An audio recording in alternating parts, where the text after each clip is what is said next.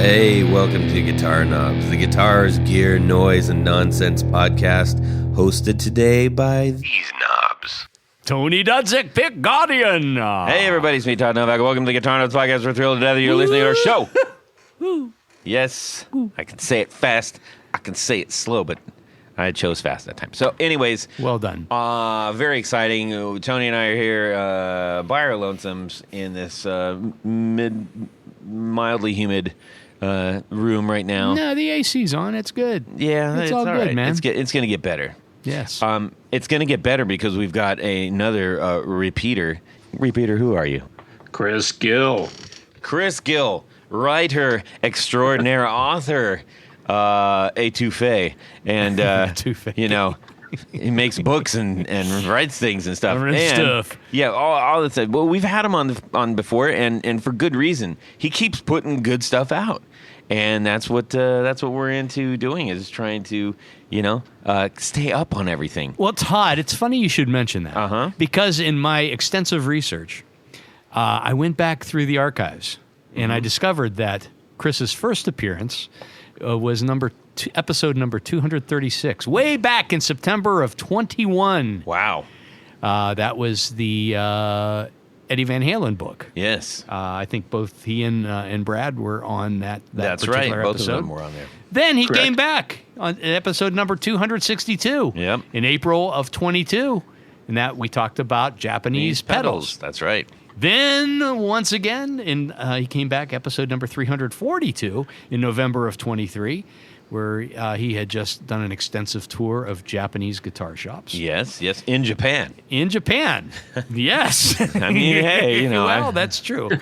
And then finally, his last appearance was episode number 388 in October of 24, where we discussed sleeper guitars. Yeah, that was pretty fun. All of those that was episodes are great. Go back and listen to them. Absolutely. And one of the reasons that I'm gonna throw a little glitter your way right now. One of the reasons we love having you on the show is because you love gear so much. You can smell it, and you're a super fun dude to talk to, and you're wicked smart. So that's a trifecta for us. Yeah. I guess I have you guys fooled. It worked. And we didn't mention looks on purpose, so don't push it. So, yes, we've got this. I mean, I'm sure everybody's been hearing and seeing about this book already. I mean, it's all over the place. The book is Blow by Blow, the Jeff Beck Story, as written by Chris Gill and Brad Brad Tolinski. Tolinski. Yes, your working partner for a long, long time, yeah? Yes, absolutely. In fact, we go back even further than working together. I knew him when I was at Roland Corporation doing artist relations and stuff. Yes. Like matchmaking? Or Sort of. It was between. I had the artist relations. I never thought of it that way. That's actually a new perspective. You know what? I think I'm going to try pursuing that career. I didn't peg you for I think, yento. Yento. Anyways, so we're talking with Chris today because he's going to give us the lowdown on the blow by blow, which sounds like two sort of saying things together, but we're going to go with it. Yeah. We've got this beautiful copy that we are giving away tonight. What? We're giving it away? Yes, at the end of the show. Oh, end of show. Yes. Okay. Cool. Yes, and then I've got mine, and Tony got his, and we're so grateful that you did that. That was very, very cool. Thank you. Thanks. Yeah, it was a labor of love. Yeah, Indeed. and signing them, that means a lot. Honestly, like, I love that stuff. If it's a pedal, I don't care what it is. If somebody made it, I want it signed. Dang it. Yeah. Yeah, because that makes it special. It does. It makes it special. Personalized. We have now. Before we go any further, where can people go get Blow by Blow, the Jeff Beck Story? First of all, I'm a big lover of independent bookstores. So check if you have a little local store near you. Support them. If they don't have it, see if they'll order it for you. If they don't order it, then tell them what's wrong with you. But because we're out without one of the big six. There's like only about 6 major book publishers left, and our book's out on one of them. And if not, then you've got your usual, your online, your Amazons, your Barnes and Nobles, and whatever. Or maybe just order it online from an independent bookseller that has it and have it shipped to you. There you go. Now, do you have your own personal Chris Gill, the writer man, website or anything? No, I don't. I'm out there floating. So I've got Instagram, and that's it. Okay. All right. Well, I think that pretty much covers it. Oh, by the way, is this on like electronic format, Kindle or audiobook or anything? Yeah, it's both electronic ebook, Kindle, or audio. Okay. Book. Outstanding. That leaves zero reason not to read this. Yes. Just no paperback. No paperback. Yeah. Pshaw. Anyways, we have a couple of announcements, and then we're going to get into what's going on in our music world this week. Yes. And for announcements, Tony, is there anything that is hopping out at you? Nothing that I would like to discuss right now. Okay. With everybody else, you mean? Yes. Yeah. One thing that I wanted to mention, so I just got another batch. I'm not joking, people. There's a box of Tour Gear Design patch cables that I've purchased. Yeah. And needing those for originally I wanted them for the show that we went to, the Midwest Pedal Fest, but I cannibalized my other boards instead because they said, hold up. I asked them special. I'm like, we've got this 4 at the door board going around, and I would love to, get you guys, repped on the case. Yeah. And so there's, man, that's a good idea. We need to make some stickers. We'll send some your way. By the way, if we send you one of our pedals, could you get it into the 4 at the door roster? I said, absolutely. So this arrived today. This is the SEDMI, SEDMI. I'm not exactly sure what that stands for, but it has a very cool. Chris, you would love this. It's like an octopus arm with like sort of like a hokusai style wave kind of thing. Oh wow, yeah. And that's a Japanese artist. He made the Great Wave. Yeah. And it's an overdrive, volume drive bass treble. So I'm curious to hear what this sounds like. I'm very excited. It's red with a black like PCB style engraved plate on the top. It's very cool. And I'm appreciative to Tour Gear for sending it along because now one of our listeners is going to have the chance to get this to play this. So I should specify our Grand Poobah level at this time is the benefactor of the 4 at the door. Tony, you were just about to ask me what the 4 at the door was. What is the 4 at the door? Well, I was just about to tell you what it is. We took our 4 on the floor segment. Yes, and Chris, you got another 4 on the floor for us, I'm sure. Yes, I do. Okay. So we've got our 4 on the floor segment, and over the years and all the interviews we've had, we've accumulated, a fair amount of pedals. And I said to Self, how can we, make this experience better for the listener? Because it's one thing to hear from the maker. It's another thing to go listen to some demos, but it's an entirely different thing to say, yes, I want it. That's a big leap. That's a couple of 100 clams. And so we said, how can we marry these two? Put this thing together. For the Grand Poobahs, they essentially get to pick any 4 pedals out of the Guitar Knobs collection. I will put them on said board with the Valiton GP5 so that you can go out straight to your headphones or to an amp. That's fine too. Sweet. Yeah, and it's on a Pedal Train Metro 20 board with Tour Gear Designs patch cables and the True Tone the C6 like slim mount power supply, so it's all isolated and all that good stuff in a hard, like kind of the hard case, the aluminum looking hard case. And the cool thing is when the people get it, they get to sign the case. There's a Sharpie included. Sign the case, man. We want to know where this goes. Do they get to keep the Sharpie? They don't get to keep the Sharpie. Damn. That costs a lot. And then we're going to have them. Then they come on the show and they talk about their experience with these pedals. And coming up next is I think it's actually next week is Steve Keys. Oh yeah, he's got the board. He's right got now. the board. He's running it through He its some paces. fantastic pedals. It's so exciting when I go, okay, what did they pick? And I was like, ooh, those are good ones. And I run to the wall and I go pick. So it's like I'm living proxy, living their life proxy because I get to pick the pedals off the wall and put them on there. Well, there you go. It's so much fun. I love it. Hey, by the if way, that could just be my actual job, that would be fun. Hey, I by love the way, my actual job. I'm not saying that, but that would be fun too. Hey, by the way, Hey, third time's a charm. Sedmi is a Bosnian, Croatian, or Serbian word that translates into seventh in English. It may also refer to the seventh circle of hell in Dante's Inferno. We've all been there. Yeah, this is an Welcome to my world. This is an octopus with a wave and a moon. So that could be. Maybe not that one. Well, you never know. I don't know. Or it's their seventh try. Yes. Or their seventh pedal. So that's the dual announcement. So thanks, Tour Gear, for sending that very, very, very much.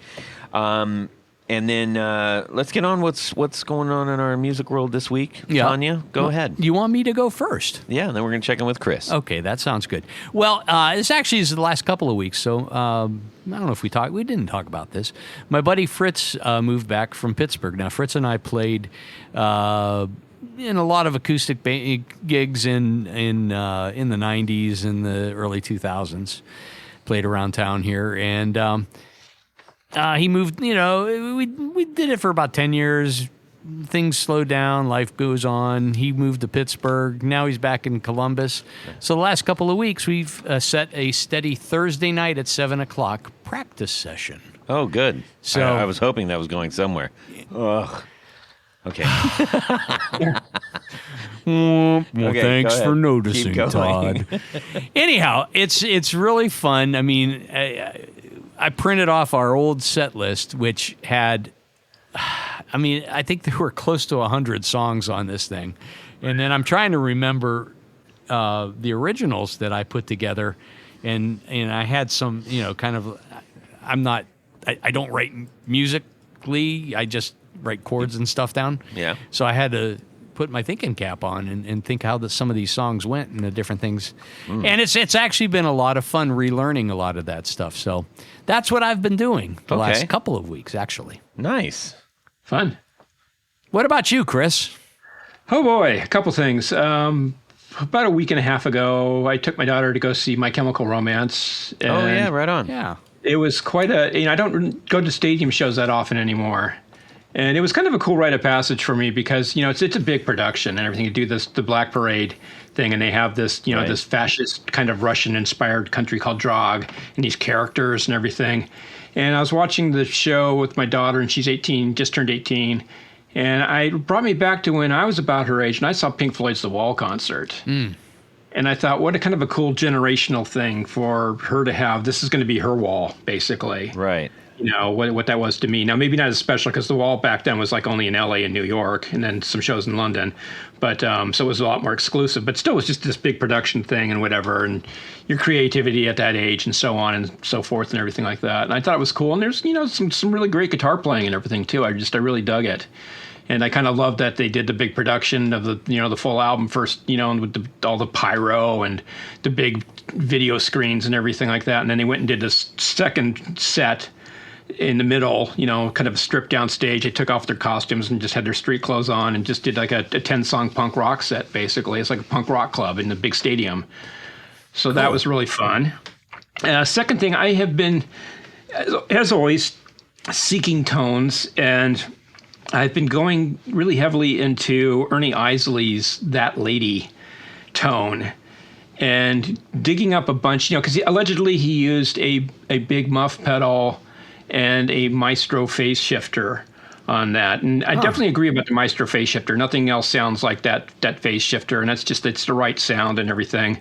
And the fuzz part always bugged me because it's like, the Electro Harmonics just... I've tried all these different iterations, whether it's Ram's Head, original and repro and the Russian one. And, you go on and on through. There's so many different varieties of Big Buff, but nothing seemed to get that right tone.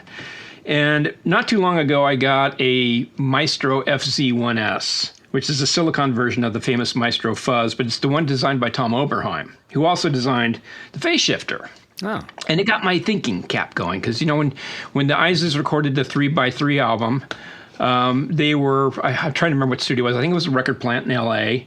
And Stevie Wonder, of course, was across the hall working on Intervisions, I believe. As I said, it was like the funkiest place on earth at that point in time.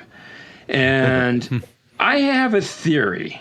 And because when I paired this Maestro FZ1S with the Maestro phase shifter, it's just got that right grit to it. There's a certain speaker ripping fuzz going on that you don't really get. Big Muff's much more smooth sounding.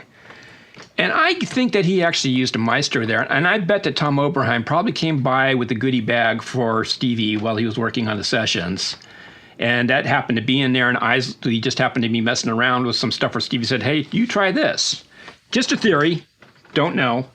But judging by the sound, because I've done so much recording and A and Bing and everything like that, and this Maestro just nails that sound just perfectly. It works so well with the decay of the phase shifter and everything. So that's my theory. And I'll probably try something else next week and say, like, what, it's actually this. As it goes, yes. It's a good working theory. Yeah. Todd, what about you? Well, coming out of recording and coming out of a little bit of time off because everybody was sick of you? Yeah. Traveling and stuff. We got back together and did some practice, and I was excited after hearing so many people talking about the Decay Cascade, because before we went in to that Midwest Pedal Fest, and one of the reasons I was like, I wonder if people are going to get this. I was testing it out I was like, I'm just going to play it for a while and see what happens before I put it on the board. And there was a riff that I had come up with that I loved playing. Oh man, I was like, oh my gosh, I struck gold with this one. It feels so good and so much fun to play. I couldn't stop playing it, but it didn't leave room for Leah, I think, to like really get her teeth into it from a vocal standpoint. It would just be like competing because it was just a big ruckus. It's so good. Anyways, so I plugged this in and I was like, whoa, wait a minute. And it just, the sound it made, and for some reason, Brain said, hey, dude, let's try this.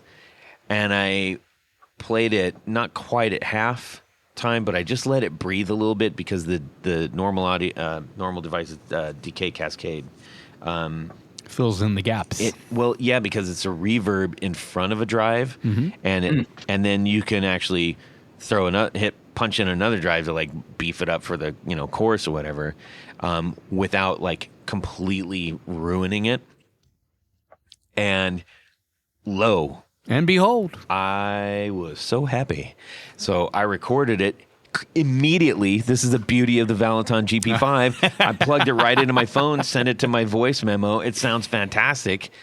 It's almost criminal. It's $75. People, just buy one. If you hate it, send it to us and I'll throw it at Tony or something. Yeah. But I sent it to the rest of the band. They're like, "Holy crap, that's fantastic. We love it." It was the same thing. Yeah. It was just looked at through a different lens, and I was just really grateful that was sitting there for me to do it. So, which the lesson is, if you're stuck, do something different. Yeah. Don't do the same thing over and over. Yeah. And expect the same results. Yes. I just always know results. you found like a good effect or a good guitar or whatever when you can pull a song out of it immediately. Oh, man. Absolutely. It was the very first thing I played on it. No Yeah. joke. Yeah. It just was like done. Yeah, it's just there. It serves its purpose, and boom.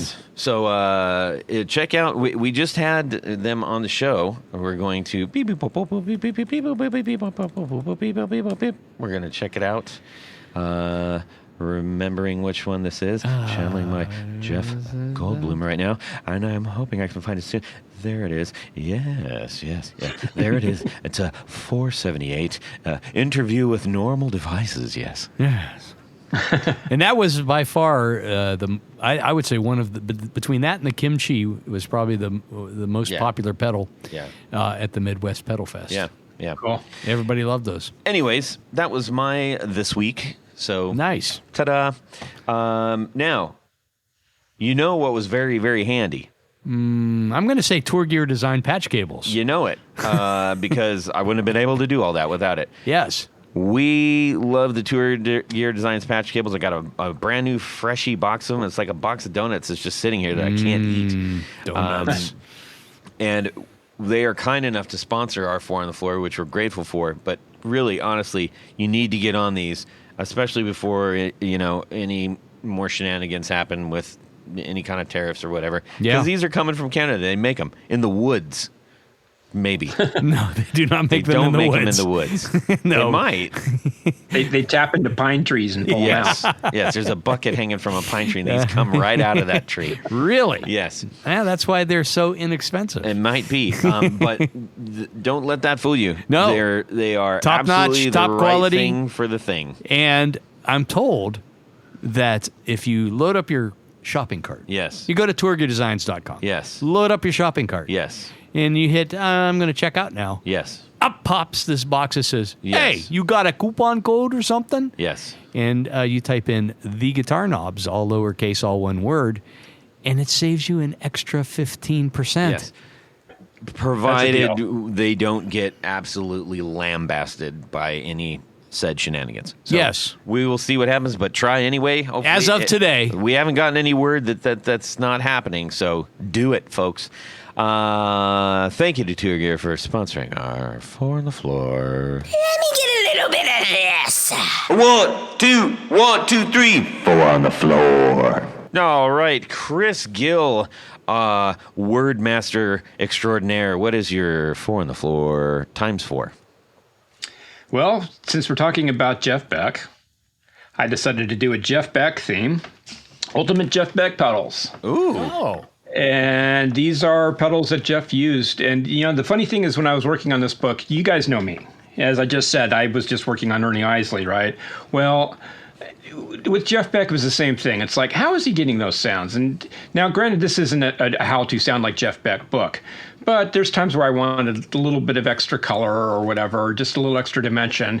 And so I would go out and buy these pedals, look at all these various photos and everything to figure out what Jeff was using and see if I could, nail these sounds of everything. So here's my list. Number 1 is the Color Sound Overdriver. And this was a key pedal for Jeff during the 70s. This was the source of his overdrive lead sound combined with the Marshall head, sometimes an Ampeg. This is where a lot of his grit, and tone came from. Starting from 1971, the second version of the Jeff Beck group, the post Rod Stewart Jeff Beck group, all the way through there and back, basically. This was a key element of his sound.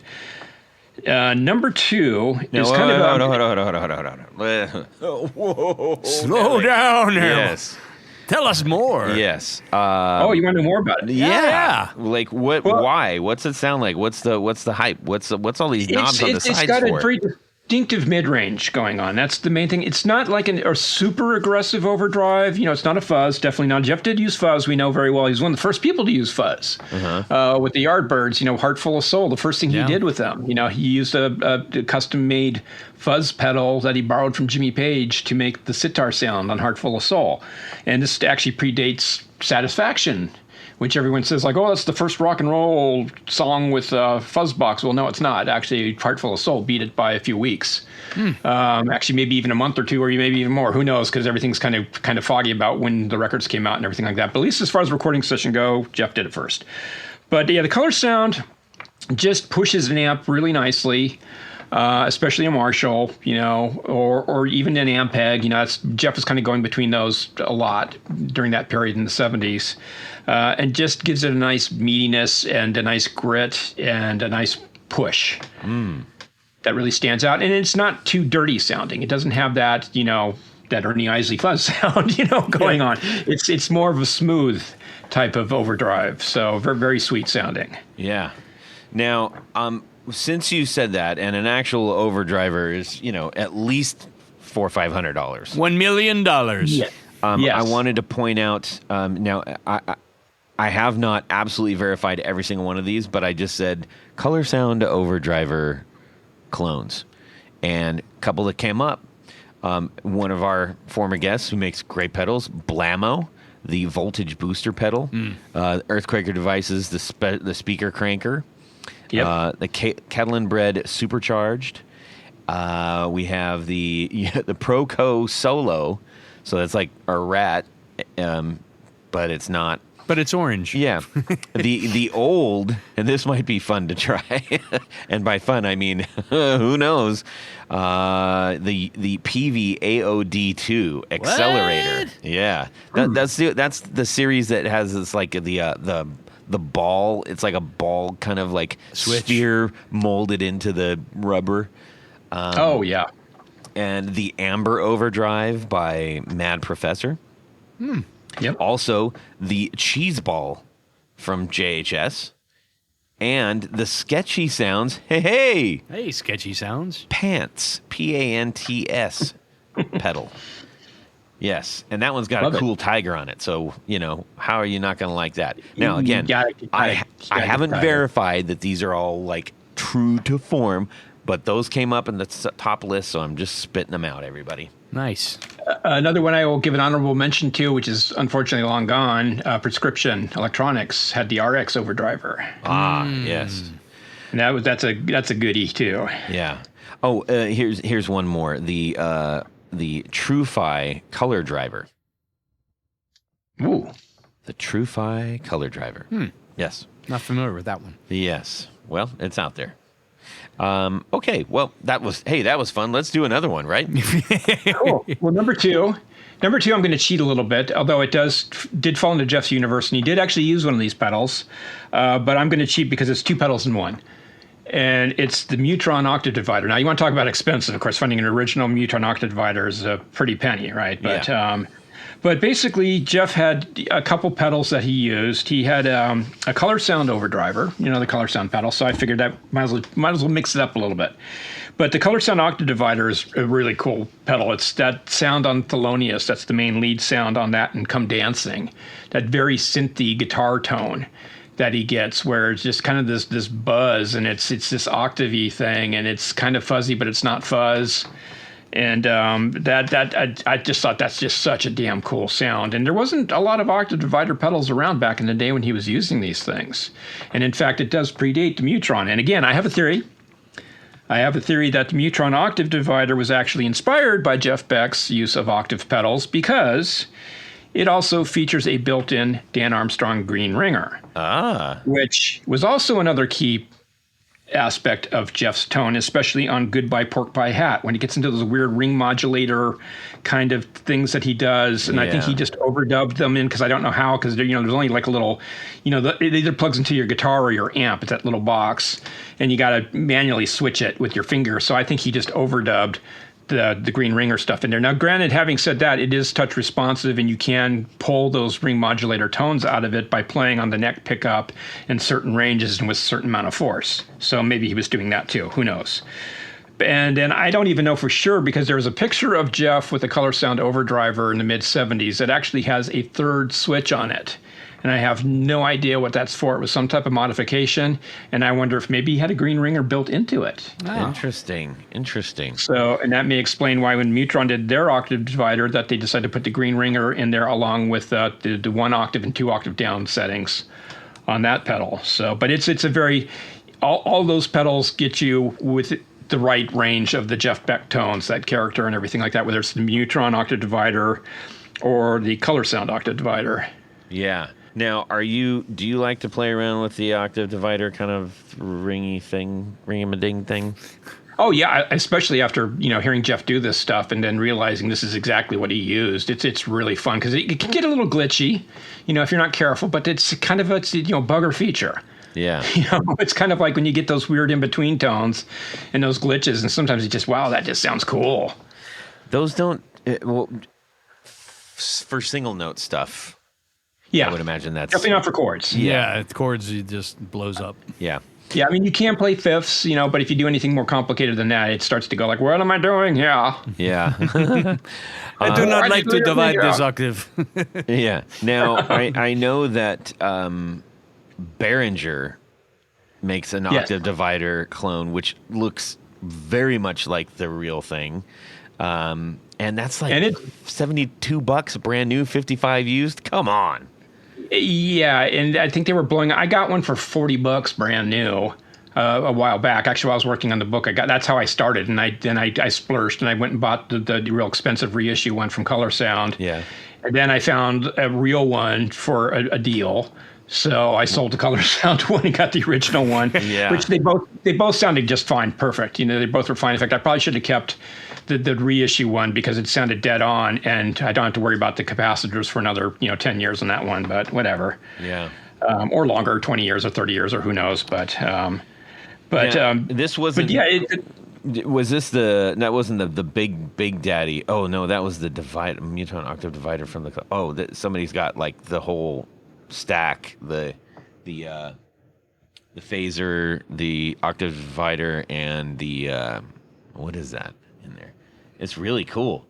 It came in like a OG case or something. That's crazy. Wow.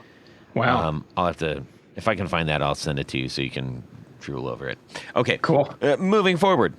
Number three, we were talking about Proco before, the Proco Rat, the classic version, the big box version. Yes. Jeff used that an awful lot, starting in the mid-'80s through the '90s. And that basically replaced the Color Sound Overdriver as kind of this key, pushing the amp harder when he needed that extra distortion and grit and everything. And that's a big part of like the guitar shop sound. That album, is a lot of Proco Rat. So, and again, it's got a nice, mid-range to it that is very distinctive, and they're cool. I mean, it's a rat. What can you say? It's just it's got character, and it's one of many other colors of distortion boxes that we have out there to choose from. And Jeff happened to just use that during that period, and a Boss, DD2 or DD3 delay, and that was all he used on stage for a while. He seems very much like more of a guitar to amp kind of chap who just does magic things with his hands, but. You're calling out a lot of things that, I mean, early on, I wasn't there. I don't know if you know that, but early on, people weren't stacking all kinds of pedals together. Not a whole lot, yeah. I mean, but he would he got experimental there, and actually more so than most people realize. I think people thought, he's kind of a minimalist because of what he did, like on that Guitar Shop tour, and in '95 when he toured, and he just had these two little stomp boxes, and that was his pedal board. But if you saw like his late career, like when they had the Christie's auction, he had this huge board with like about 12 to 14 pedals on it. Yeah. And you realize that he needed all those pedals to get all these different tones from different phases of his career. So it was kind of cool that when, then he was really looking back, at stuff and trying to get all this stuff, accurately, duplicated. Mm-hmm. Number four, it's the weirdo in the bunch, the Maestro ring modulator. Mm-hmm. And I think Jeff is like one of the few masters of the modulator, the ring mod. He used it really effectively in a lot of different periods. Basically, the first one he got was given to him by Jan Hammer when they were touring together, for the Wired album. And you can hear it on the Jeff Beck, live with the Jan Hammer group on Earth's Still Our Only Home. There's a couple passages there where he plays some wild, ring modulator stuff. Then when he did his electronica stuff, during the late 90s, early 2000s on Roy's Toy, has some really great examples of some really cool ring modulator stuff that he just uses it so effectively and so musically. And, you know, a lot of people, you plug into a ring module and they go, what am I going to do with this? You know, I can't make sense of this thing. Yes. You know, but Jeff figured out a way to make sense out of it. Yes. And you did a really then, good Conan O'Brien right there. That was Conan. Yeah. He's sitting here next to me. Hey! Hey, Conan. And then also Stratus Live, you know, when he did that, you know, he started adding Billy Cobham's Stratus to his live sets later on in his career, and he uses it in that as well. And it's just, again, I just think Jeff, you know, there's a few people who've used the ring modulator well, but I think Jeff really somehow just, he made it make musical sense. Yeah. Who comes to your mind in that list of people who have done it well or done it anyways in a pro sense? Well, a couple. I mean, John McLaughlin's another example. He did some cool stuff with it. And also Devo, I think. You know, I love Devo's use of it. And Billy Gibbons, and, you know, Cheap Sunglasses. I mean, that little break, you know, cheap sunglasses, you know, it's like, yeah, all right. Yeah. You know, whether it's a little spice like that or it's a little extended thing like Jeff or McLaughlin did. Yeah. I feel like Steve Miller. I don't know why that just came to my mind. Steve Miller. No? He's not. I don't know. Not, you know, no? I'm going to have to listen. You may be right. You know, Like a little bit in there, maybe. Maybe not. Maybe not. It could be also he had that Ibanez. I have that Ibanez that he had, the one with the 3-coil pickup on it. It was the oh boy, I can never remember my model names anymore. I got the Greco version of it, but Right. Well, there's Cindy Crawford. it's got That's that the big top. huge There's- thing on it, and it's got like, you know, series, parallel, out of phase, you know, settings on it. So it could Yeah. be that too. So many options. Yes. So little time. Yes. Okay. Well, that was a very good 4 on the floor. And I can't. You know, that ring modulator is like as big as an old cable box. Yeah. Yeah. Maybe bigger. Yeah. The good old Meister, that and the phase shifter, man. It's like you use that and you've got to have a bus to move your gear around. Yeah, for sure. No doubt. So you were talking about, or we kind of touched on just briefly, like he was an early adapter of like, hey, let's see what this can do and do it. Is there somebody that kind of broke the dam on like, hey, I'm going to have a bunch of pedals? Who comes to mind for you for that? Well, Jimi Hendrix, obviously. I mean, that's like Jimmy was the first one really to string, you know, multiple pedals together. You know, and I think even Jeff, you know, Jeff was a pioneer, you know, definitely was a pioneer with, you know, creating sound effects on the guitar.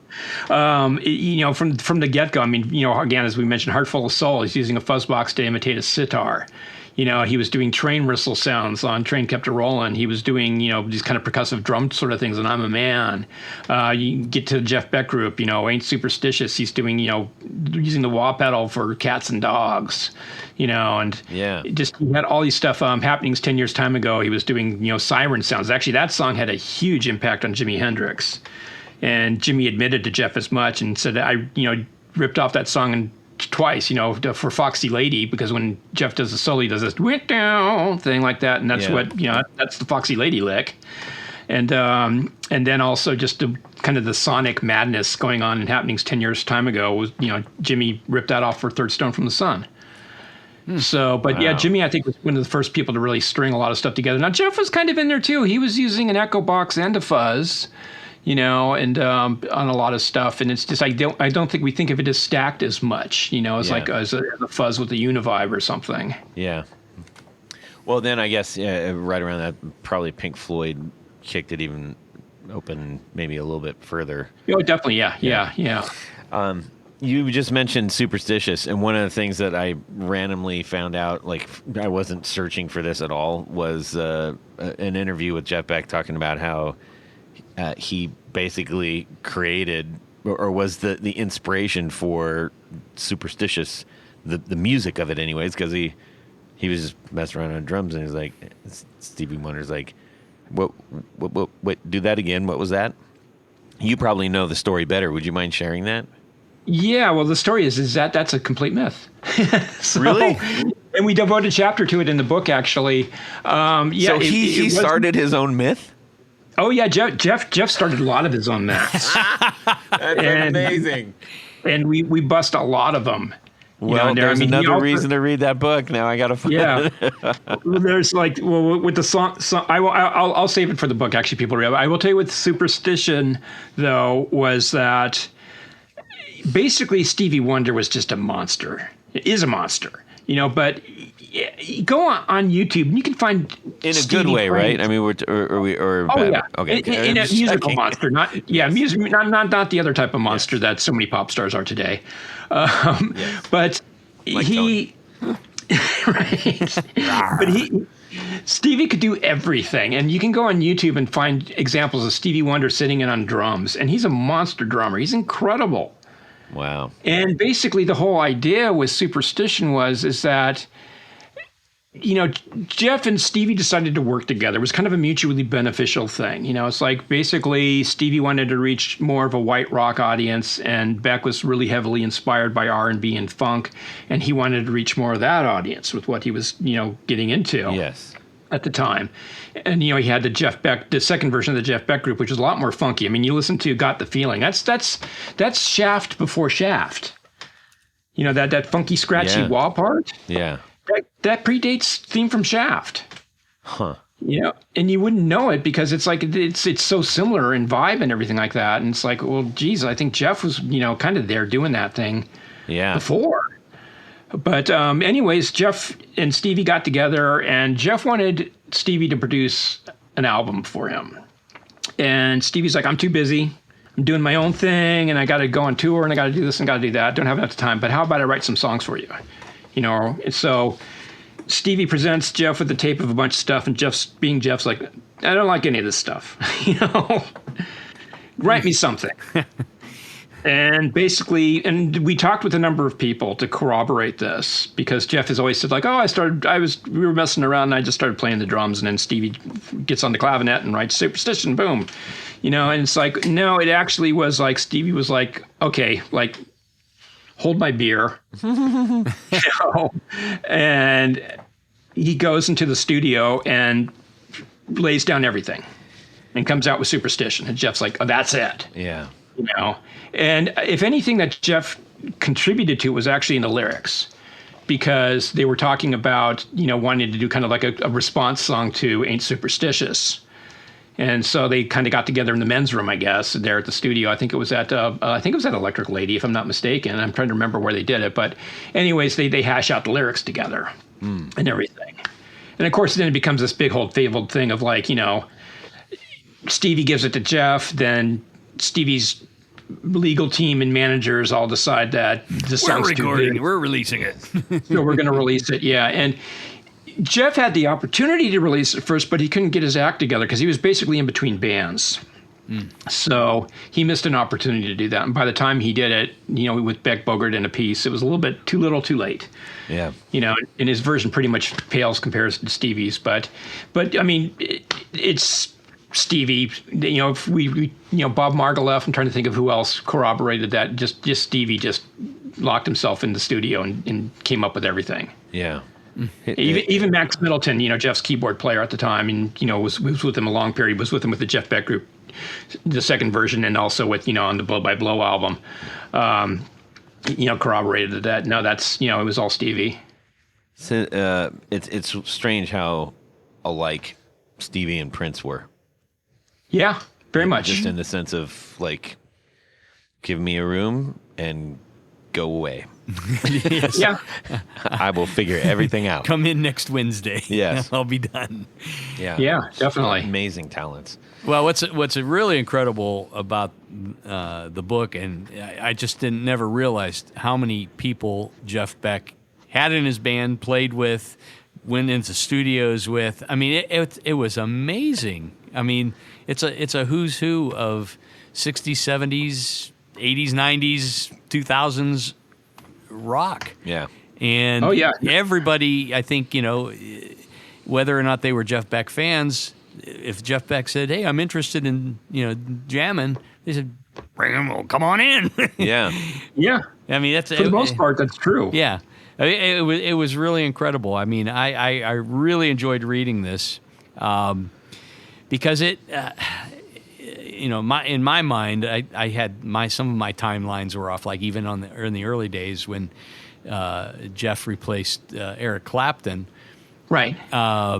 They originally wanted Jimmy Page, and Jimmy said, "No, talk to my buddy Jeff. I'm more interested in working in the studio."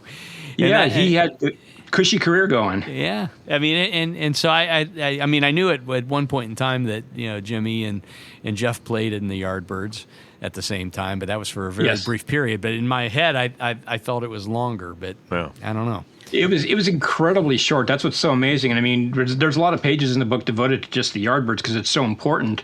But it was, just a little bit over a year. Yeah. I mean, it was like maybe a year and 6 months or something like that at most. It was not a long period of time, and he accomplished so damn much. Yeah. Just incredibly fast-paced and nuts. And in the middle of all that, he records Beck's Bolero, his first solo effort, really. Yeah. And that's why I was still a member of the Yardbirds. Yeah, I mean it is really remarkable. And early on when I first started reading this, we were talking about it on the podcast a couple episodes ago. And while I wasn't a huge Jeff Beck fan, I always admired him and likened him to I kind of called him the Miles Davis of rock guitarists. I'm sure that's not the first time that's happened. Yeah, I mean, because he was so experimental. I mean, and he very fluidly went from blues, to funk, to jazz, to rock. Yes. I mean, it's incredible. He's the Willie Nelson of jazz. Willie Nelson of jazz. What? It's an apt description, though, and we've kind of we've done a few interviews and we've talked about this a bit, but he really does fit in with someone like Miles Davis, who moved in now. Somebody brought something up, and I hadn't thought of it before, but he's a bit like David Bowie too, where he could kind of change, his outlook completely.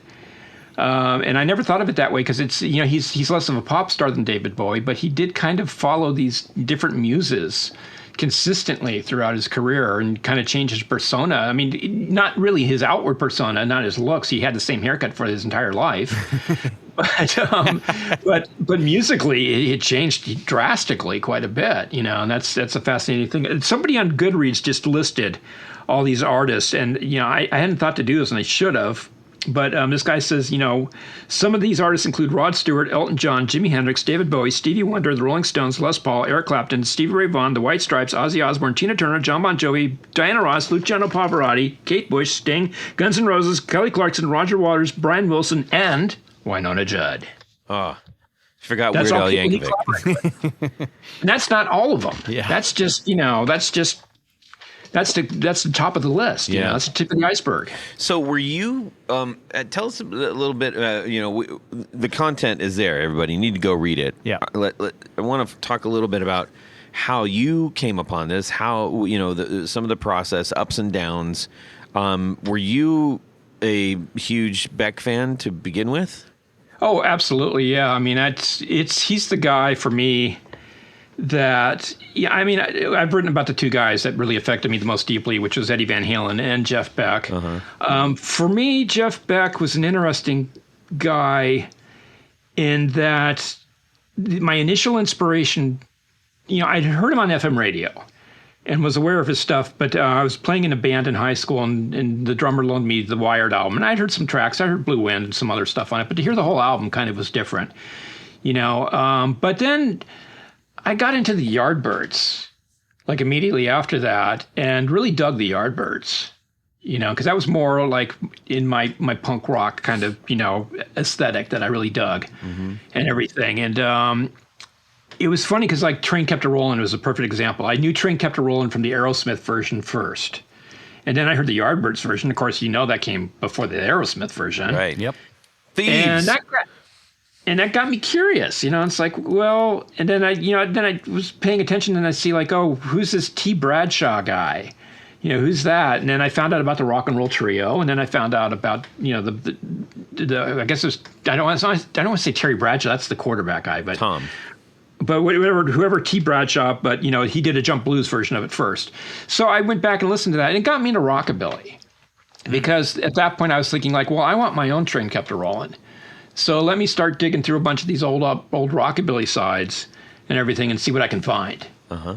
And then I got into just playing straight up rockabilly. The Stray Cats came along, and then I went in that direction and everything, and did that for a while during the '80s and everything. But Jeff Beck was always kind of like just this ultra cool dude that he could do something really punky like that, like Train Kept a Rollin' or Psycho Daisies, with him and Jimmy Page on guitar. And that's Psycho Daisies is kind of like Something Else by Eddie Cochran. Right. It's basically the same type of rhythm thing going on with it. And of course, Stroll On that they did, that was like they updated, Train Kept a Rollin' for the Blow Up movie, so they couldn't use the lyrics, so they just wrote new lyrics for it, but they used the same riff and everything, but they made it even more tough, more punk sounding. But I kept up with Jeff throughout all that stuff, and so I just really stuck with him. And of course, I got the job at Guitar Player magazine in the early '90s, and top of my list was to interview Jeff Beck, and boom, I did it. That was my first cover story for them. Wow. Yeah. That's awesome. Yeah. And you didn't hang it up immediately after that. No, I could have easily. Believe me, I could have easily. In the intro to the book, I talk about my whole process of going to interview Jeff and everything. And it was such a great full circle moment for me because it was, it was the rockabilly stuff that he got me into. He got me into rockabilly. And I was coming to Jeff's house with the guitar picks of Cliff Gallup, of Gene Vincent and his Blue Caps, which was Jeff's big guitar hero, to present it to him as a gift. And not only did I come bearing this gift of these guitar picks, but I also had a ton of information about Cliff Gallup because I had interviewed Cliff Gallup's widow just on a whim. I called up the phone number we had in the Guitar Player magazine Rolodex because Dan Ford had interviewed Cliff Gallup during the mid-'80s. And sure enough, she picked up the phone and I talked to her for 2 hours, which is a great thing because when Cliff did the interview with Dan Ford, he was really very private and short and guarded. So Dan didn't get a whole lot of information out of him, some information, but not a whole lot. So I came armed with all this info, for Jeff. So it was really a cool thing for me to kind of, I learned from him as the master, and I was able to kind of turn things around and offer him this gift of this further knowledge that he didn't have. So that was the beginning of it for me with him. And then I interviewed him a lot after that. And I think because of that bond we shared over rockabilly, I kind of, worked my way into his good graces. Even that day I stayed, we talked for 3 hours and I hung out for a couple hours after that. He invited me back the next day. We did the photo shoot. I watched him work on the Muddy Water Blues album for Paul Rogers. And he invited me back again the next day when he did more work and had dinner. And, and then when we met after that, it was always very amiable. Had a great interview with him in '99. We got super drunk at the bar. And, he's a very guarded person, very much like Cliff Gallup, his hero. Didn't like to talk too much about private details. And he kind of spilled his guts to me about some relationship problems that he was having. Didn't mention any names, though, which made it very difficult when working on this book to kind of go back and revisit that stuff because I thought he was talking about one particular woman. He was actually talking about three. Wow. So, and because I said you didn't mention names, and I just thought it was one person. So. Well, and you were in artist relations, too, so you were exactly the person I talked about. Exactly. Well, I think the reason why I got that interview out of Jeff, because I'd read all this other press he did, and it was because I was doing it for Japan for Player Magazine. So I think he thought, it's going to be in Japanese, so no one will be able to trace anything back to me. It's all going to be, squiggles on paper. Yeah. Wow. So, but that was really good. And we talked a lot, after that. Had another great interview of similar nature with him about when he did the tribute to Les Paul. And we got to go back over, the old roots, revisit, his early days and everything. And then he hired me to write, guitar info for his Beck 01 book. Wow. See, it's just so crazy. It's not that like you stumbled into that, but I mean, you kind of did a little bit, like that Jeff was one of your heroes and you get the gig and you're like, first I'm going to swing for the fences right out of the gate. That's awesome. Oh yeah. The thing about Guitar Player Magazine was we were all kind of like free agents. It was competitive as hell. Yeah. To get interviews. And I just learned out of the thing to be like, you found something and you staked your ground. Yeah. I would constantly call. Like I didn't get, when Van Halen did a live album and I didn't get the interview for that, I went to another guy because he beat me to it. But after that point, I said, like, I'm going to make sure I stay on top of the Van Halen thing because I want to interview Eddie next. Yeah.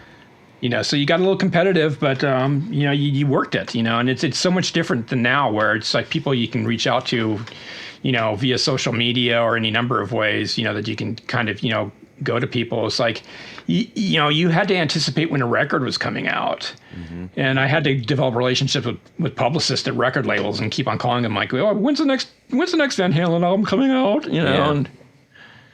And if you figured out who the publicist working on it was, you tried to sweeten up to them, to get them to let you know first. Yeah.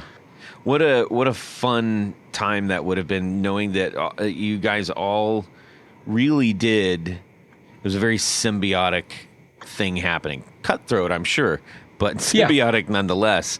And it kind of reminds me a little bit on some scale of like Radar calling Sparky all the time to get crazy stuff that MASH needed. Oh, yeah. You know what I mean? It's like, yeah, definitely. I got a box full of mattresses here. I just need one plasma unit. Right. Yeah.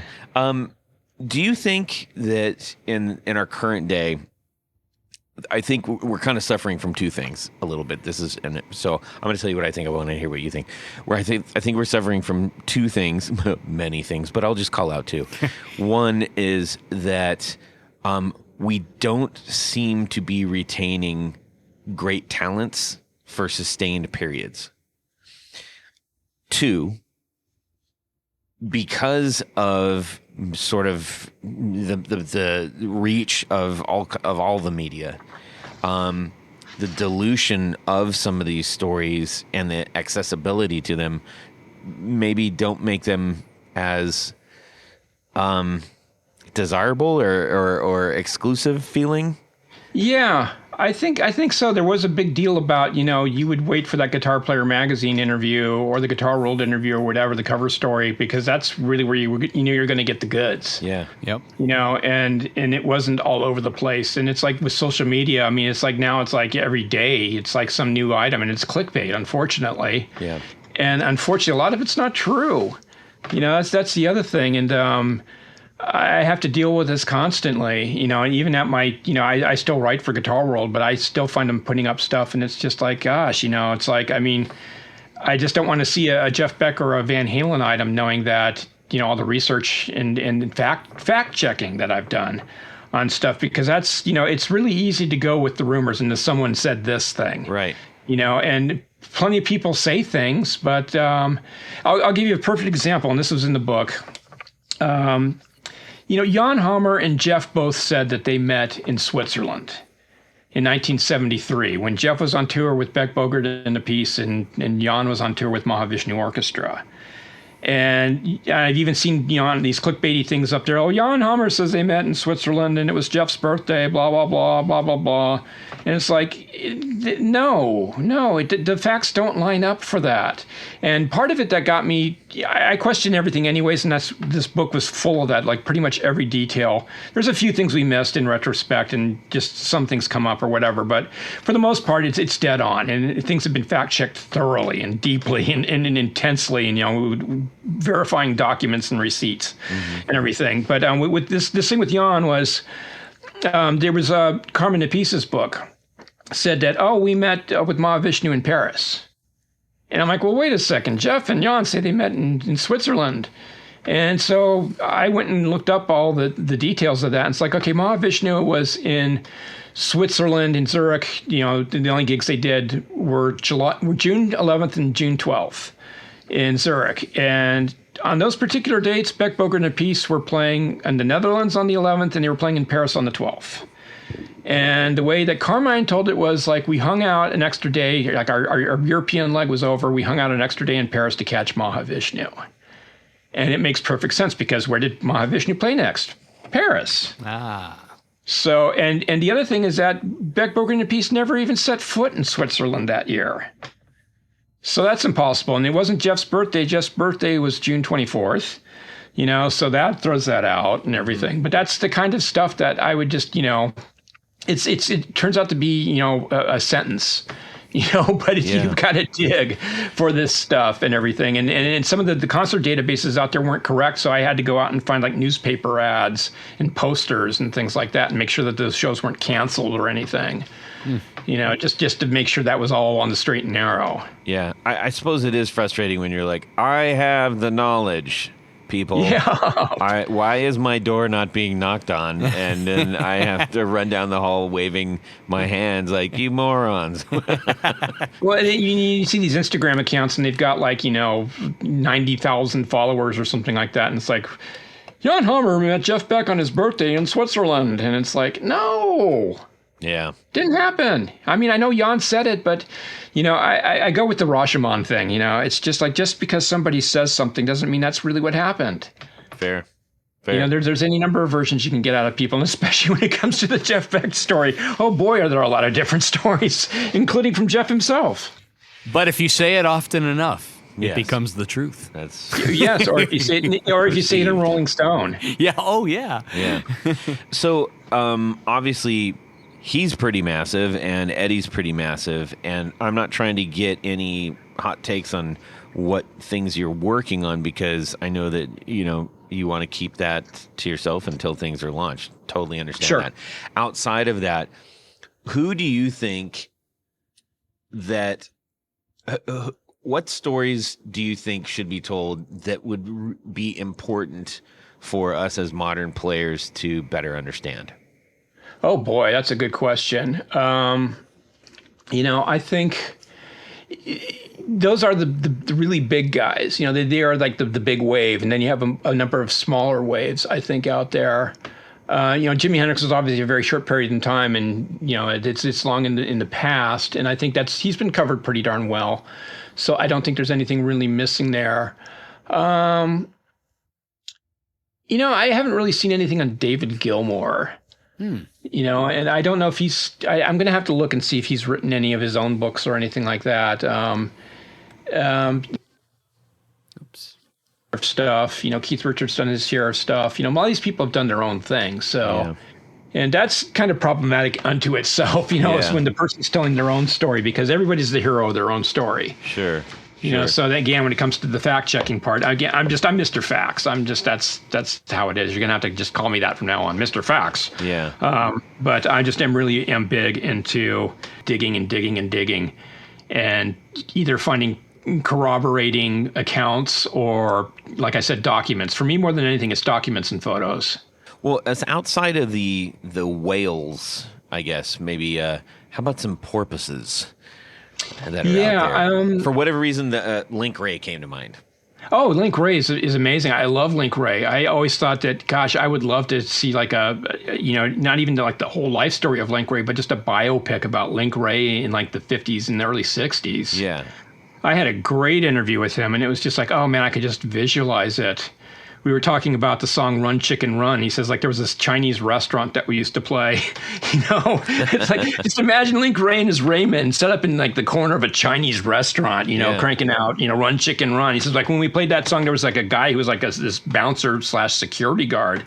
He says, when we played that, he'd pick up the cash register and he'd throw it through the plate glass window in the front of the restaurant. Wow. It's just like, it was this craziness. And he said, like, there was some friend of his, and there was like, I forget which song it was. It might have been like Rawhide or something like that, but he died basically like listening to Rawhide. Him and a friend were in the car, and he heard Rawhide, and he just put the pedal to the metal and drove the car off the road and wrecked it and killed himself. Oh my gosh! Wow. Yeah. Yeah. So that, I think there's like, I love the idea of, okay, so there are very interesting, very talented, and very curious players out there that have, influenced in maybe less massive waves. Yeah, Link definitely deserves. I mean, I was so happy when he finally got admitted into the Rock and Roll Hall of Fame. It was like long overdue. Yeah, the paterfamilias of the power chord. Yeah. The guy who willingly sought distortion. I love the taking a pencil and poking the holes in the speaker to imitate the sound of the amp cranked up. And the other thing he said is that he used drive-in speakers. Oh, wow, interesting. I think on Rawhide, he said we actually used those speakers that you put over your window at the drive-in. He got one of those and wired it up somehow, and he played Half through the that. audience is like, what? What's a drive-in? Yeah. Go watch Grease. You'll figure it out. Yes. Yeah.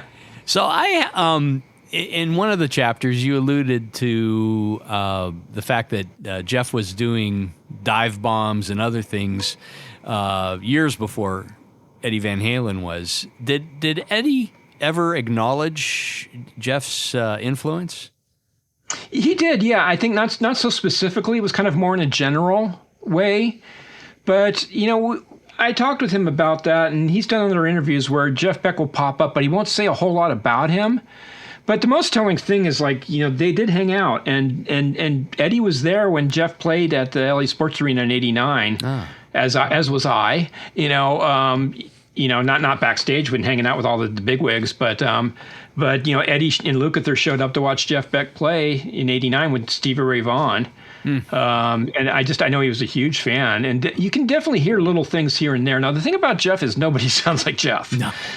I think they springboarded off of his ideas, like Jimi Hendrix, the idea of doing all these crazy sound effects and going beyond the fretboard and making, and then part of that is the whammy bar use, is that. And, I think you could even see it going from Jeff to even though he wasn't using a Strat too much at that point. But I guess I'll have to give Hendrix the credit first, because Hendrix was using the Strat and doing the dive bombs before Jeff was. That was really more later on in his career. But you can hear stuff where the flutters and some of these other things he does, and especially taking the bar down to pitch was something that Eddie did copy off of Jeff. Yeah. Do you have a particular era of Beck that you are like, yep, this is mine, this is the one? Oh, it's really tough, but I actually, I like the electronica era albums, because I was editor of Remix Magazine at the time when I interviewed Jeff on that. I was actually the first interview in '99 when he did the Who Else album, I was actually working for Pro Tools doing artist relations again, and it was kind of funny because I went to interview Jeff. I was also in London to see the Chemical Brothers DJ. Man, I love the Chemical Brothers. And they were playing new tracks off this album they had coming out, and I was trying to do artist relations. I was trying to get Jeff and the Chemical Brothers to hook up. Oh, wow. And Tom and Etta, the Chemical Brothers, were totally into it, and Jeff was kind of like, oh, I don't really know. He likes them, but he didn't know about working with them. And it was just it's a no-brainer. Yeah. But I think he was just afraid about them being too dominating over him. And I don't think he realized. I said, you should just have tea with them, and you'll see that they're nice guys, and they'll probably accede to you. They'll probably because they embraced rock. I mean, that's one of the reasons they got so huge so fast, is because they bridged a gap that nobody even thought anybody could with electronic music. I mean, man. And I think, because Jeff also liked the Prodigy at that time, and I think, Liam was a bit of a loose cannon, an unpredictable kind of guy with a very, very punk hip hop type of attitude. And I think that probably wouldn't have happened. Yeah. But the Chemical Brothers, it was like, dude, it's like, gosh, they're a couple nerds, electro nerds, dude. Yeah. You could probably show up and intimidate them with your hot rods, and yeah. Boy, I would have loved to seen that happen, because I'm a very big fan of the Chem Bros. So yeah, that would have been cool. Okay, so for people who are like, I keep hearing all this Jeff Beck stuff, but it's sort of like, where do I start? To me, that it's sort of like somebody coming up to going, I feel like I should learn some, listen to some jazz. Right. Where do you start? Right? Yeah. I would start with three different things. I mean, I would say, the Yardbirds is one thing, but I would say start with Beck's Bolero, because that's his first solo track, his first instrumental. Well, not his first instrumental track. He did do Jeff's Boogie, that was more of like a guitar show-off type of thing, and Beck's Bolero is more of a composed piece, and it's kind of this, it's a number of different things. It's heavy, it's right there with the birth of heavy metal, It's got this big riff, and of course, it's just Jeff Beck and Jimmy Page in the studio working with John Paul Jones and Keith Moon, and that was going to be the original Led Zeppelin. And the riff is big and mighty, and I think it kind of sets you up for the rest of what's to come from Jeff. How about from an album standpoint? Oh, from an album standpoint, that's a tougher call because each album definitely has its own character and everything. A personal favorite for me, just as I guess what got me into Jeff, I would have to say was the Wired album, because Blow by Blow is great. It's a lot more funky. People call it jazz rock fusion, but it's really jazz funk fusion. And it's great from a funk standpoint, and I love it and everything like that. But I think that with Wired, it's a little bit more varied. But you also hear a bit more of this bridge between old Jeff of the Jeff Beck Group and the Yardbirds to this new Jeff that he becomes, in the 80s and 90s and onwards. And especially the song Goodbye Pork Pie Hat, you hear this character of his coming out. He's playing more with his fingers. He's still using a pick at this point, but he's also using his fingers as well as the pick and getting more expression out of it. And you're hearing more character, because even like this, ballad, Because We've Ended as Lovers, the Stevie Wonder song that Jeff covered on Blow by Blow, and it was a tribute to Roy Buchanan, and Jeff does pretty much a Roy Buchanan imitation for most of the song. So you're not really hearing pure Jeff Beck, but on Goodbye Pork Pie Hat, you're definitely hearing that. Yeah. And then you hear the synthy stuff on like Blue Wind with Jan Hammer, and then you have Come Dancing, which is kind of funky. And I think it kind of covers a good breadth of what he was about. You have some lyrical ballad stuff. You have Lead Boots, which is a rocker. Yeah. Now, I guess maybe not the very last thing, but Wired that's when he started with the Strat stuff, right? Am I right in that? That's pretty much full on Strat. That's where he basically, because on Blow by Blow, it's predominantly the Oxblood Les Paul. So it's Les Paul with humbuckers on it. He does some Strat like on Freeway Jam, and he does the Telegib, which is a hybrid Telecaster and two humbuckers on it. Yeah. Which he used on Because We've Ended as Lovers, but it's still pretty much, it sounds pretty darn Telly-like still. Okay. This is my last question. This is it. This is the one. Did you ever talk to him? And maybe this is in the book. I have not got that far yet. So, but was there any discussion on why were you switching? Why'd you switch to the Stratocaster predominantly after going through like so many of those other ones, which you really kind of later got mostly known for, right? Yeah, I don't know if we got too expressly, because part of the thing was we didn't want to lay stuff out. We wanted to show more than tell.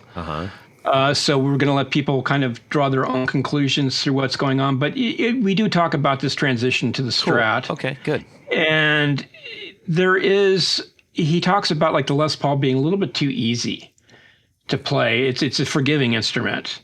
And a Stratocaster you have to fight, but then what you get out of it's much more rewarding. And I think it also, you really start to, the Stratocaster definitely comes into play predominantly on Wired, and especially There and Back. There and Back was done 100% Stratocaster. Got it. And it was done also 100% with his fingers, no pick.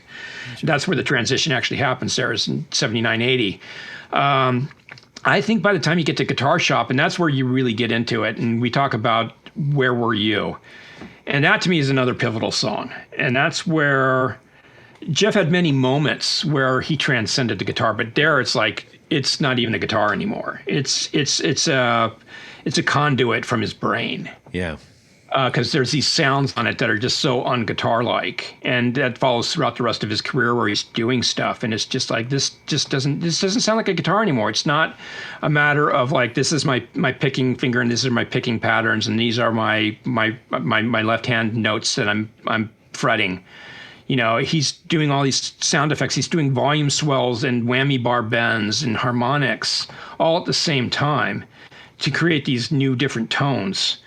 And he's being such a master of it. And I think that's, you can only do that on a Stratocaster. You can't do that on a Les Paul. You can't do that on a Telecaster. You need the whammy bar. You need the placement of the volume control, and you need that tonal character out of it. And he even talks about the nut, the Wilkinson nut. He needs that Wilkinson nut to be able to do these pull up the bar and have it sound smooth and stay consistently, for the quality of the note to stay consistent. Mm-hmm. Okay, this is actually the very, very last one. Until he decides it's not. Because, no, this really is. And I think this will be a nice closer here. You obviously had a relationship with Jeff Beck. He was important to you in many ways. If you had a few more minutes with him, is there any particular question you would like to ask him?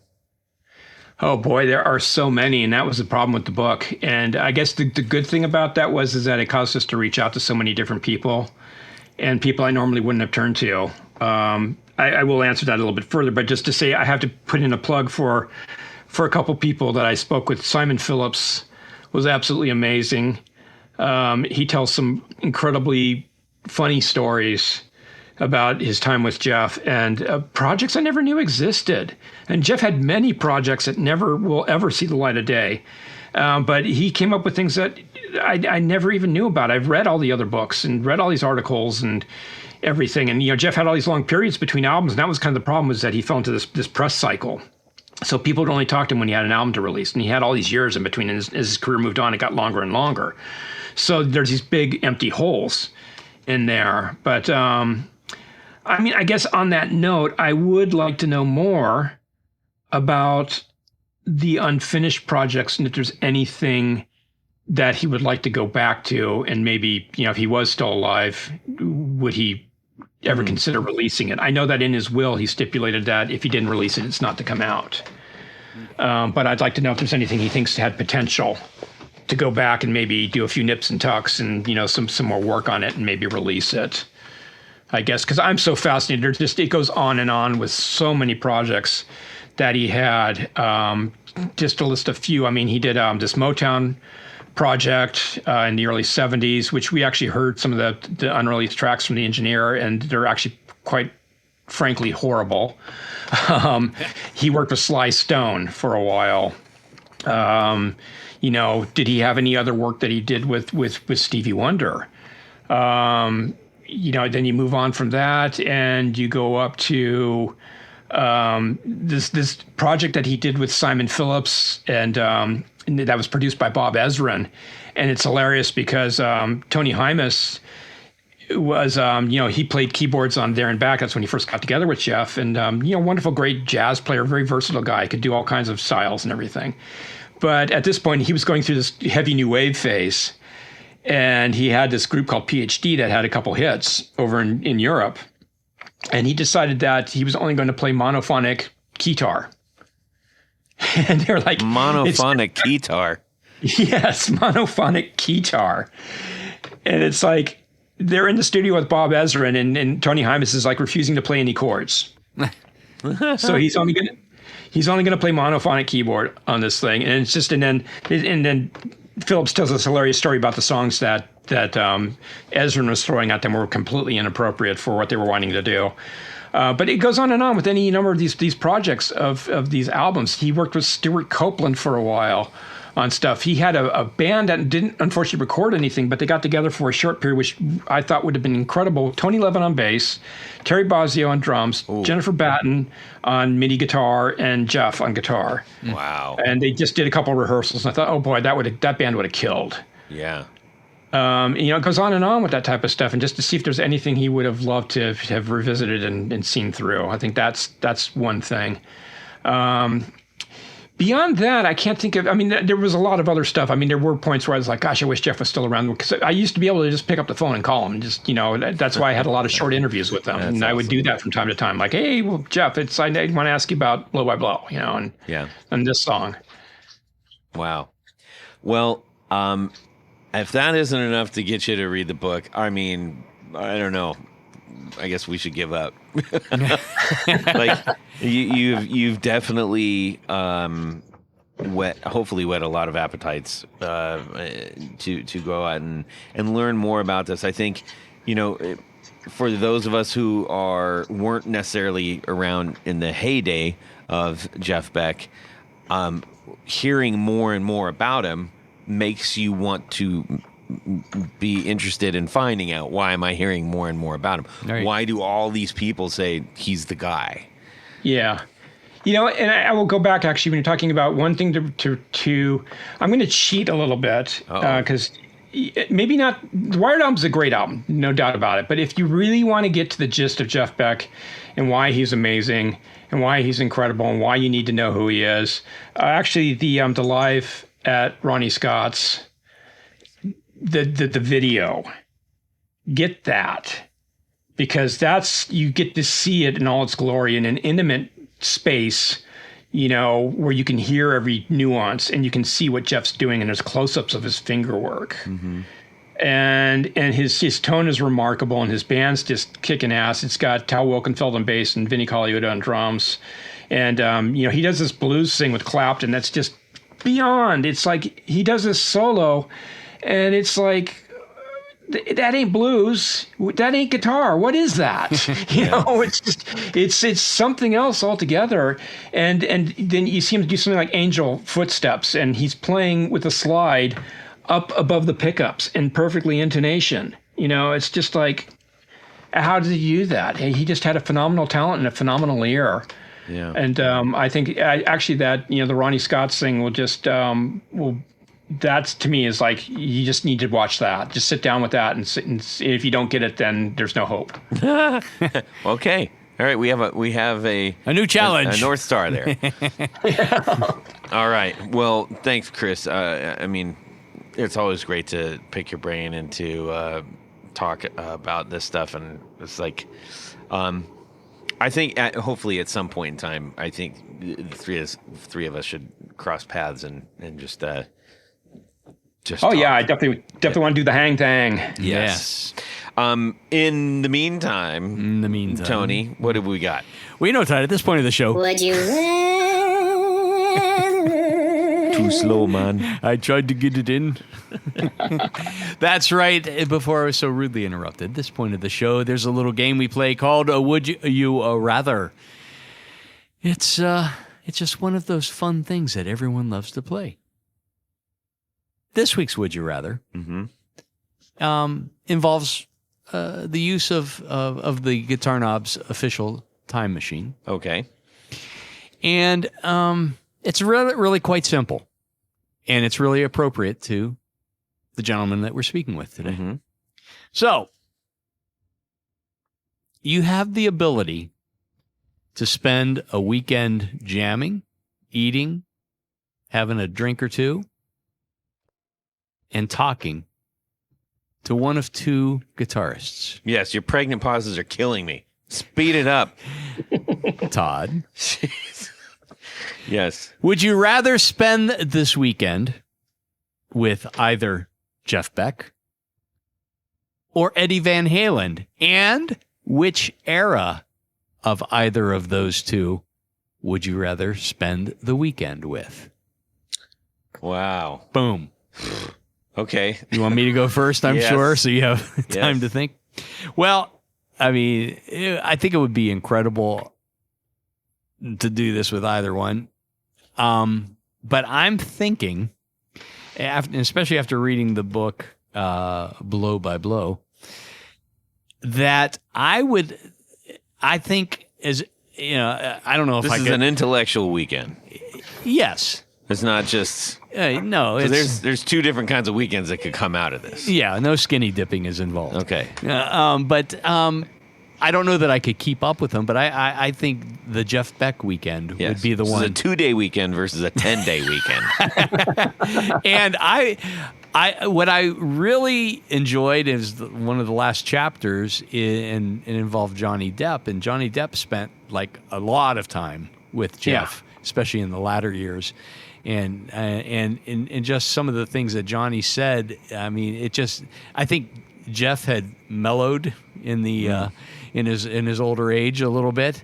But he was still just cutting edge. And I think just all that culmination of all those years of being able to ask him about the Yardbirds and all of the Jeff Beck groups that appeared in the 70s and 80s and everything that he did up to that point in time, I think it would be just incredible to pick his brain a little bit. Yeah. So that's what I think that would be my choice. Okay. Chris, this is going to be a real tough one for you, I imagine. Yeah, I mean, I know right off the bat, though. I mean, I love Eddie and spent a lot of time hanging out with him. And it would be Jeff. I would want to hang out with Jeff for several reasons. And it would be probably about 2010, I'd say, would be when I'd want to hang out with him. I think because it's just... He didn't really get old or anything like that, but I think there was just enough of the experience and stuff going on, and there was still like this looking ahead kind of thing happening too. And there was no reason to fight for attention with Johnny Depp, so there'd be that. I got to play both guys' guitars. They both, when I interviewed them the first time, they both flipped their guitar over and handed it to me and let me play. But Jeff, we actually kind of jammed, actually. We played rockabilly stuff back and forth, and I would just love to jam on rockabilly with Jeff. With Eddie, it would have to be the Eddie Van Halen thing. And I don't know if I could even keep up with that. Not that I could keep up with Jeff on rockabilly either, but I'd have more of a fighting chance on that. Jeff was a vegetarian. But the food that I had when I had dinner with him was incredible. I had profiteroles for the first time, which were amazing, and we had some type of curry that was just mind-blowingly great. So he had great taste in food. He had better taste in alcohol. I hate to say it, but Jeff appreciated a good fine, single malt Scotch and some decent wines and some decent ales and that sort of thing. And he also knew when to, not to go over the top with it too much. As I mentioned, we did that interview at the bar and, pounded down quite a few beers. Beck's beers, of course. Yeah, of course. Naturally. But I think overall that it would just be, with Ed, Ed's a good guy, but he could get a little bit intense and everything. And Jeff can get intense too, but I felt a little bit more of a warmer connection to Jeff.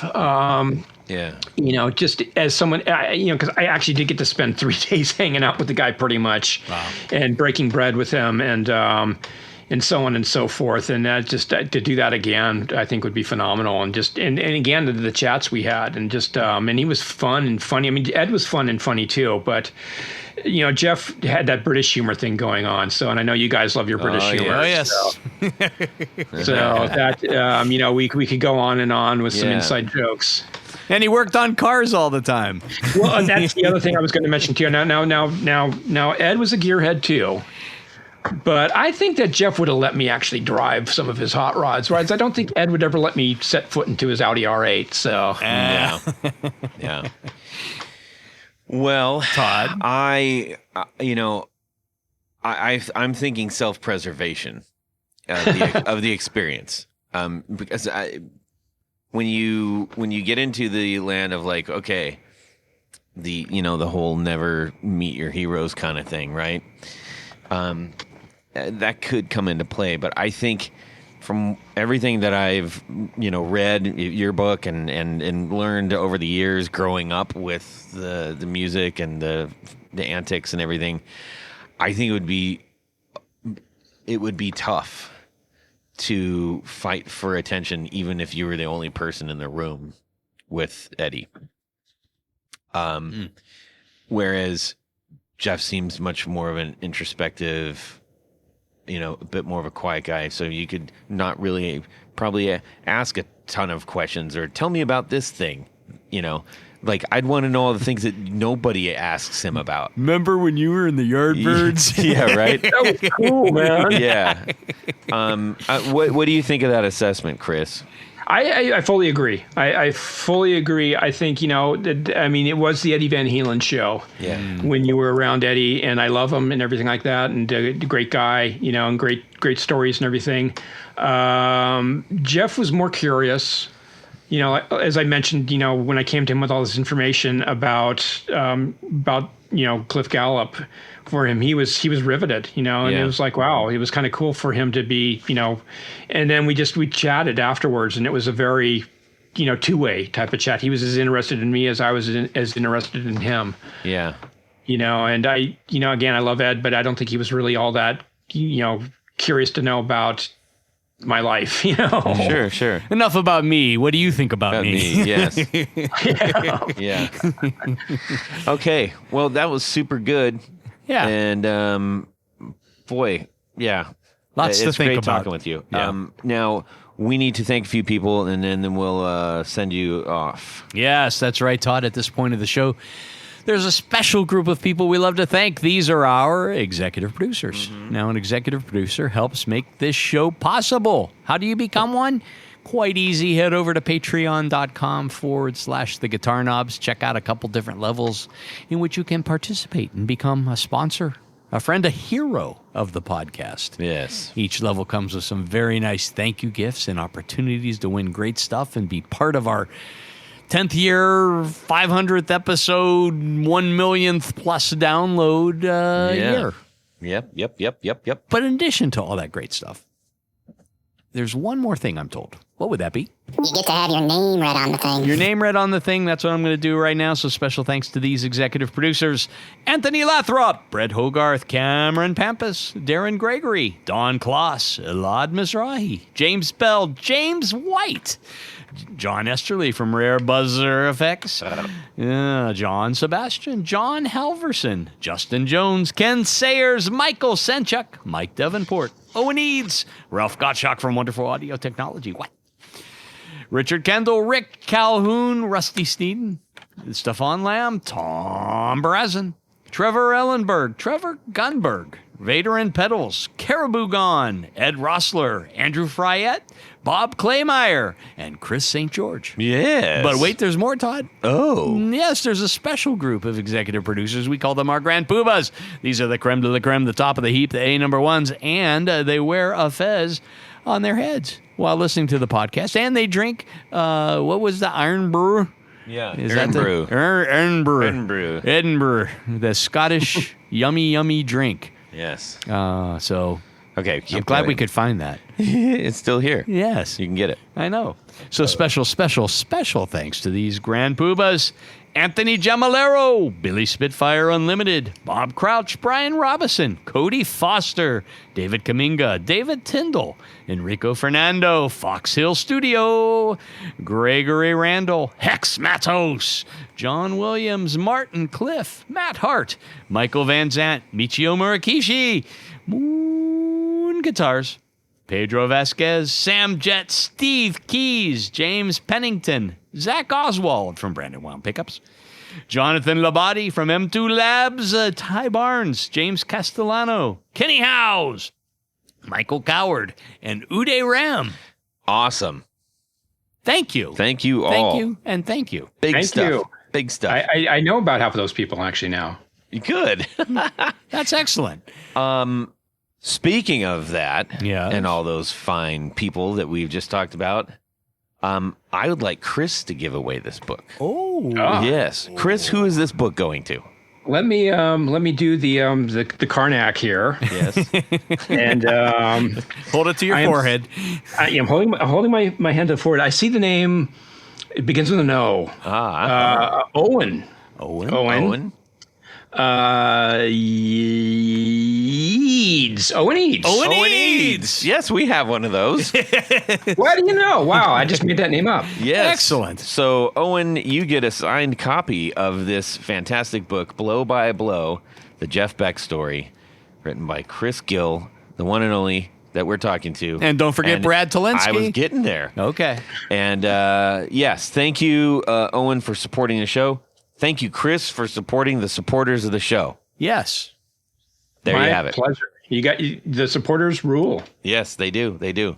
Now, where can people remind people where they can go to get this? To your better booksellers, I'd say start with your local bookseller if you can, please. I love the independent people out there, and they need all the help they can get in this day and age. Yeah. And everything. And if not, your usual online outlets will carry it in either hardcover, audiobook, or ebook. Outstanding. Nice. Tony. Yes. Oh, Chris, is there any other place that people can see and learn about the things that you're doing on a daily basis or whatever? Still, I'm only on Instagram, so and in a flock camera somewhere. Okay. Yes. All right. Tony, go ahead. Well, why don't you go over to pickguardian.com, check out the stuff that I do. What do? I make pick guards for guitars, of course. How do you get one? Shoot me an email. Let me know what you need, what you're trying to do, what guitar you have, what pickups you got, the material that you want, all the stuff. Give me the facts. I'll make something special for you. As Todd likes to say, it's your opportunity to make your guitar even more yours. Correctamundo. Now, you can shoot me a message on Instagram at Guitar Knobs, all one word. We'd love to hear what's going on with you.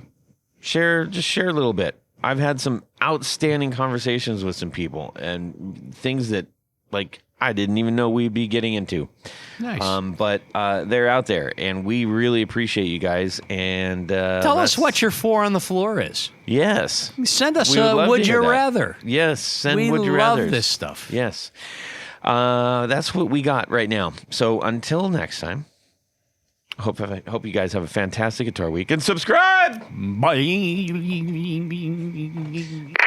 Chris Gill. You roboted out completely. You sounded like I was like, Domo arigato, Mr. Roboto. yeah. Try that one again. Let's see. Oh, he's a punctual boy, isn't he? Punctuality matters. Yes. I hated so much of the 90s music, but I loved a lot of it too. How bizarre. How bizarre. Brimful of Asher on the 45. That was a good song. Yeah. How you doing, man? Good. Good. All right. Well, see ya. Nothing worse than blighted tomatoes. Yes. A pox upon you, Todd. Yes, pox upon myself. Thanks. What?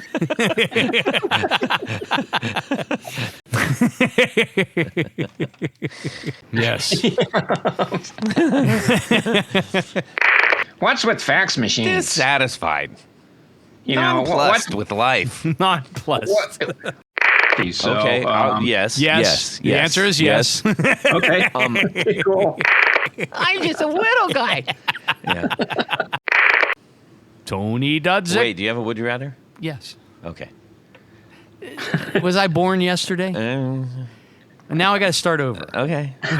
I was in the mood. Shall we do this? Let's do this, man. And away we go. Well, that's it for these knobs.